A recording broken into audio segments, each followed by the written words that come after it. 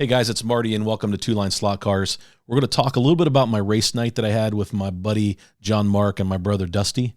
Brought some cars, we did some testing, did some tuning, ran a bunch of laps on the new layout. We're going to talk about that today. Also, I want to shout out one more time to Area 51. Jorge, man, thanks for letting me hang out with a couple of your cars. Check it out.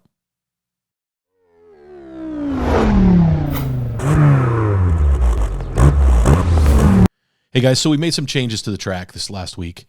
Hosted a race night with my brother Dusty and my friend John Mark. We didn't really have a race per se, but we did a lot of laps. We did a lot of testing and tuning, trying to get a few more cars running really well on the track. So the changes that we made, we got rid of a couple of chicanes, kind of smoothed out the turns. Just discovered a few issues that I really need to take care of.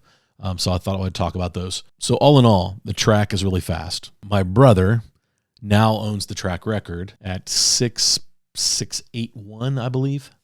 And he did it in a used Formula One Carrera digital car. It is the red Ferrari, or no, Kimi Räikkönen. That car flew around the track. It was on rails. I kind of wished I'd kept the chicanes in because that may have slowed it down a little bit. Now, my Porsche 908, it is right behind it by about 2/100ths of a second. So I'm really close to catching him. But he put that on the track, and that thing was on rails. It was quick. It really surprised us. I'm not sure that we expected it to be that fast. So if any of you have the Carrera digital, or I guess the Evolution, they probably run about the same, F1 style cars, leave a comment below and let me know if you have them and if you like them. And are they the fastest cars on your track? Because right now, that car is the fastest car on our track. We improved a lot of cars that night. John Mark has an SRC Porsche 914. He bought used from Cincy Slots in the War Eagle collection.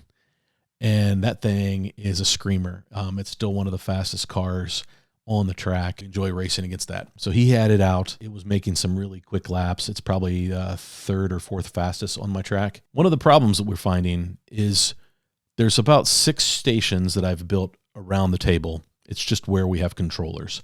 Try to be spread out because we usually don't have marshals. And what I'm finding is the way my layout is with the bridge and that center turn, we love that turn. It's quick. It gives us a little back straight elevated. If you're on one side of the table, you really struggle seeing the big final turn. You really can't see your car. So you come out and underneath that bridge, and from that driver's station and the side corner, so there's really 2 places to drive from on that end of the table, those 2 corners are pretty much blind the entire time. Now, other stations around the table, you're fine. So it's not horrible that it's blind, but I just want it to be fair for all drivers, right?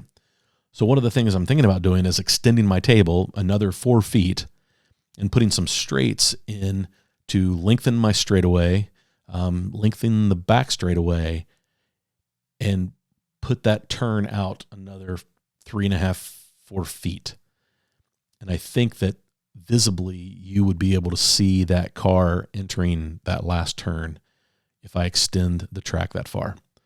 The inside hairpin turn, you come across the track kind of in the infield on a short straight. It's kind of like the chute, I think is what I'm going to nickname that.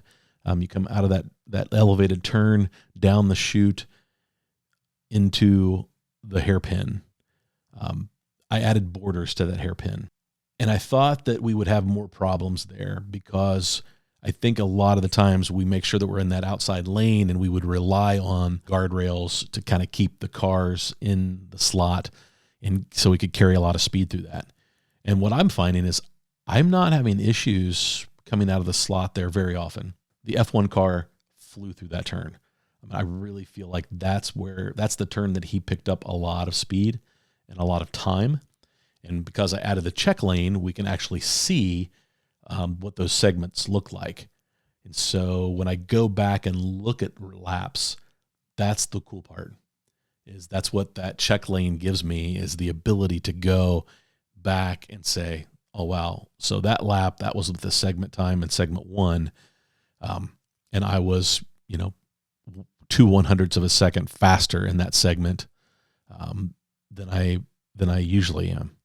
And so then you can start finding ways and places to pick up speed or where you're losing speed when you're looking at those segment times. So definitely going to have to order another check lane. And the analytics piece, which is what I love about Smart Race, is it gives me those analytics about a race. So you can look at every lap time. And then now that we're doing segment timing, every lap time with its segment times. And then in a practice session, it even gives you your virtual best lap. So it gives you what your best lap would be with your 2 best segments.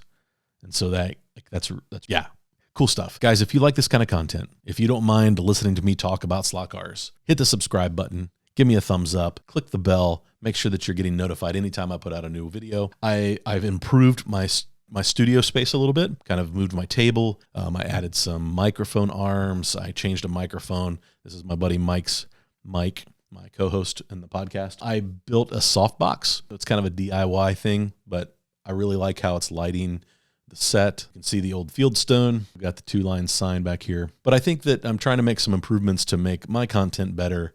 So hopefully you get more enjoyment out of it. So guys, thanks for tuning in this week. Hope you enjoyed this video and go have fun racing this weekend.